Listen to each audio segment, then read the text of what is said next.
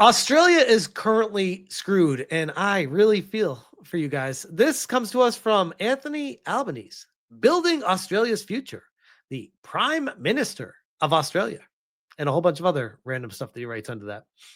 He says, in just under 100 days, our social media ban for kids under 16 begins. It will keep your children safer. Take the pressure off parents. I can't. I legitimately can't with people like this. As a parent of two kids, 12 years old and 10 years old, they are right at the ripe age of dealing with social media. I can tell you guys straight up from my perspective, I have zero pressure because I am a good parent and I am by their side with what they do online all the time. It doesn't concern me. I'm not stressed about this. As a parent, I'm not worried about it. I'm not hoping and waiting for the government to come and swoop in and do something about this. I don't know any parents that are worth their weight that would want the government to come in and do something. It's very curious that they take the perspective of assuming that they're doing a favor for people. Take the pressure off parents and give young people more time to just be kids. Great. So you want to wrap people in bubble wrap until they're 18 and then push them out into the real world and say, figure it out because the real world would chew you up and spit you out. Yeah. Okay. Sure. Kyle says, smash. And guess what? This guy doesn't have kids because I know Kyle's over in Australia. So yeah, that doesn't surprise me, Kyle. Doesn't surprise me one bit. We know social media can cause real harm from bullying to mental health struggles. Well, shit. Should we cancel school too? Because we know school can cause real harm from bullying to mental health struggles. what the hell? What is this logic? No one knows this better than Wayne, Emma, and Fiona, who've bravely shared their stories of loss and advocacy. This won't be solved overnight, but we're acting now to protect. Guys, it's for the kids. Think of the children and support families. Oh, look at this. Hey, how can we're from the government and we're here to help. How can we help you? Oh, you have a tough story. Something happened with your kid online. Oh my goodness. I'm so sorry. It couldn't possibly have had something to do with your kid suffering from pre-existing mental issues already going into it and you not actually getting them the care that they needed desperately. And the government wasn't there for you then. But don't worry, after it happened, they're going to come and shut down the internet for everyone because of it. Garbage Human says, government stepping in to do the job of parents. Stay the F out of our lives, you commie prick. Nancy says, parents should be responsible for all this, not the government. Socialism, ideas so good that they have to be made mandatory. Rational Aussie, what gives you the right to govern other people's children when you can't even govern the economy? You're forcing every adult to provide their ID to log into the internet. This has nothing to do with children and everything to do with you trying to control what information people can and cannot access.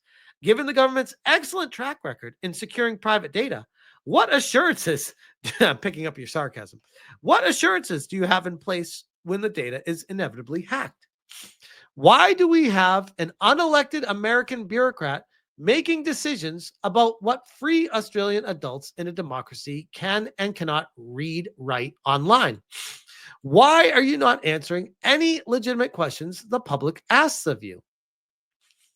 Govern the economy? They can't even fix potholes. That's what I'll protect children by forcing their parents to have a digital ID to access social media. And I want to follow up with something that I found very interesting in the wake of all of this. This is Preston Byrne, the lawyer in America, alongside my lawyer, Ron Coleman, currently suing Ofcom in the UK. And he says the Linehan crashed. My theory is that American posters have made UK free speech such a huge issue in the US where all the capital lives, that the UK's pro-censorship posture is capable of materially degrading the country's economic position. We also move ourselves over from Australia to the UK and see the British pound has fallen 1.5% against the US dollar within the last few hours. Preston continues. Let's say you're an American tech CEO. You're already not minded to invest heavily in the UK. They then arrest the guy who wrote Father Ted for writing jokes when he was in America. America is the economic heavyweight on this side of the world. Not a good look for the UK. Elon's posting about it. Toby Lutke too. A16Z pulled out of the UK. Congressional hearings happening, etc. Do UK politicians really think we've arrived at this conclusion by accident? That it's a misunderstanding? That Starmer can charm President Trump like Blair charmed Bush?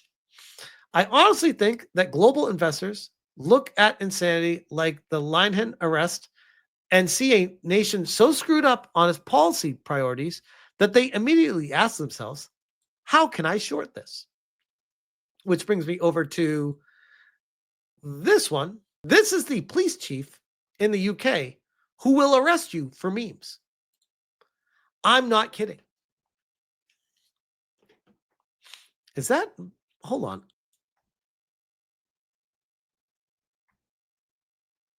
Is that a nose ring?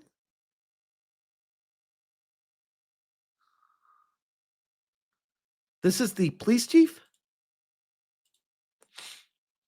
of Derbyshire Police. Huh. This is the British Patriot. Breaking. A woman has been arrested for flying a British flag at Epping Council building. Britain is a Soviet state. This actually happened. This went viral the other day, and many people covered it, and I did not want to miss this. This is insane. Like, it looks like the police are trying to cause a scene. Look at that. So she is in Britain holding a British flag and getting arrested for holding the flag of her own country. Look what they're doing. Look what the police are doing. What are they doing? This is What are the insane. police doing? They got to know the optics here. They got to know how bad this looks. There?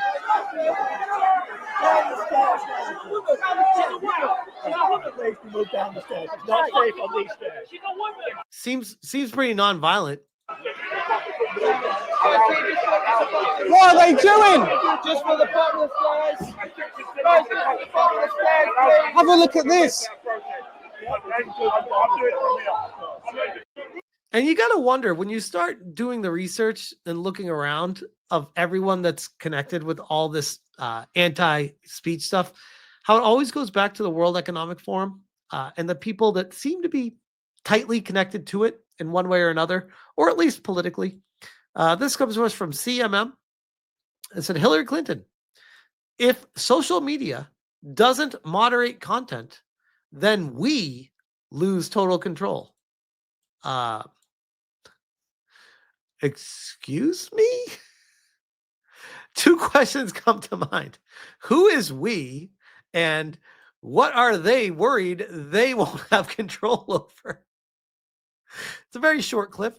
Let's see what she has to say. This is from last year.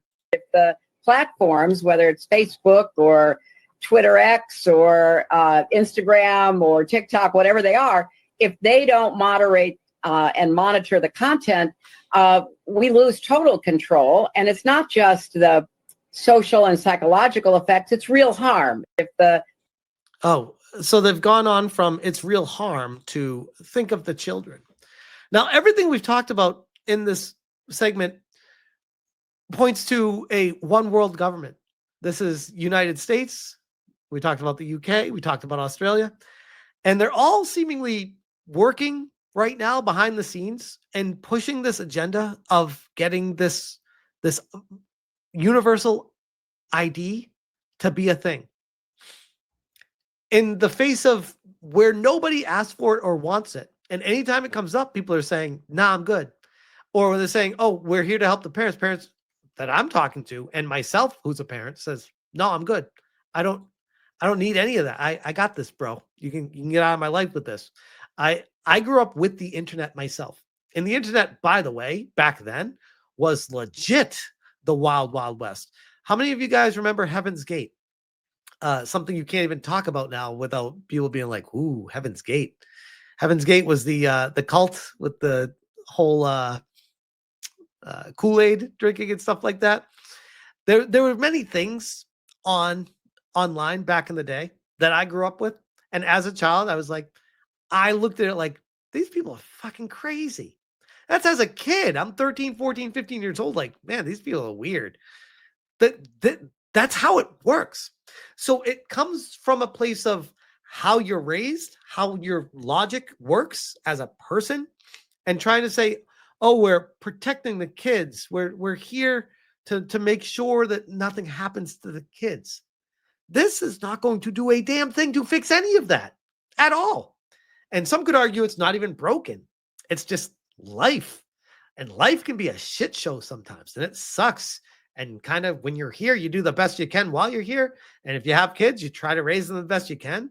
But you never know what could happen from minute to minute, from second to second.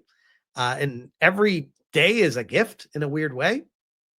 And I don't need the government coming in and being like, oh, we're going to protect you because that's what we do. No, that's the last thing I'm asking for. This is, to me, I've spoken about this many times before. I'll leave it at this.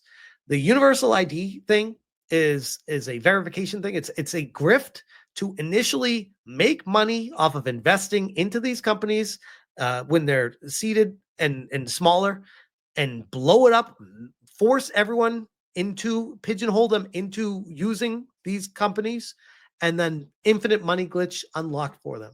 You wonder why these politicians go into office making $100,000, $200,000 a year, and they leave office with $38 million a few years later. You wonder how that stuff works? Look at a situation like universal ID that's happening right now, and then look at all the people that are involved with it politically, and then see what happens a few years from now after. And I can see where Asmongold was coming after it inevitably passes, because these people will stop at nothing for that to happen. But I'm not going to stop fighting against it with that happening. But yeah, I will leave that one there.